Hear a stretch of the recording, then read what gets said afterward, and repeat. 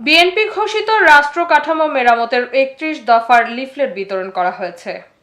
উলিপুর প্রতিনিধি আবু রায়হান আলীর তথ্য ও ভিডিও চিত্রে বিস্তারিত। সাথে আছে আমি রাজিয়া সুলতান। আপনারা দেখছেন I1 টিভি। শুক্রবার ১৭ অক্টোবর ২০২৫ তারিখ তবকপুর ইউনিয়ন পরিষদের ৭ নং ওয়ার্ড উমানন্দ মধ্যপাড়া আল তাকওয়া জামে মসজিদে জুমার নামাজ আদায় শেষে উপস্থিত সকল মুসল্লিদের মাঝে বাংলাদেশ জাতীয়তাবাদী দল বিএনপি ঘোষিত ও বিএনপির ভারপ্রাপ্ত চেয়ারম্যান তারেক রহমানের অঙ্গীকার রাষ্ট্র কাঠামো মেরামতের ৩১ দফা বাস্তবায়নের লক্ষ্যে লিফলেট বিতরণ করেন বিএনপির জাতীয় নির্বাহী কমিটি রংপুর বিভাগীয় সহ সাংগঠনিক সম্পাদক আব্দুল খালেক।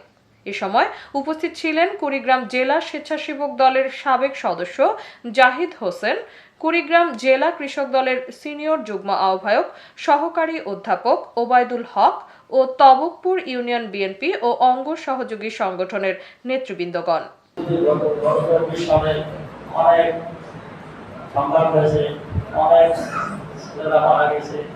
আমরা চাই আমরা আমাদের দোয়া করে আমরা যেন তাদেরকে বেশ করে অনেকে আহ্বানে আছে আহ্বানের মধ্যে আল্লাহ তাদেরকে সুস্থতা দান করে আর যেন এই দেশে আর যেন হারাহারি না হয়, কোনো সরকার না হয়, প্রয়োজন থেকে না হয়, আমাদের শান্তি সুস্থভাবে বসবাস করতে আল্লাহ তারা কবুল করেন।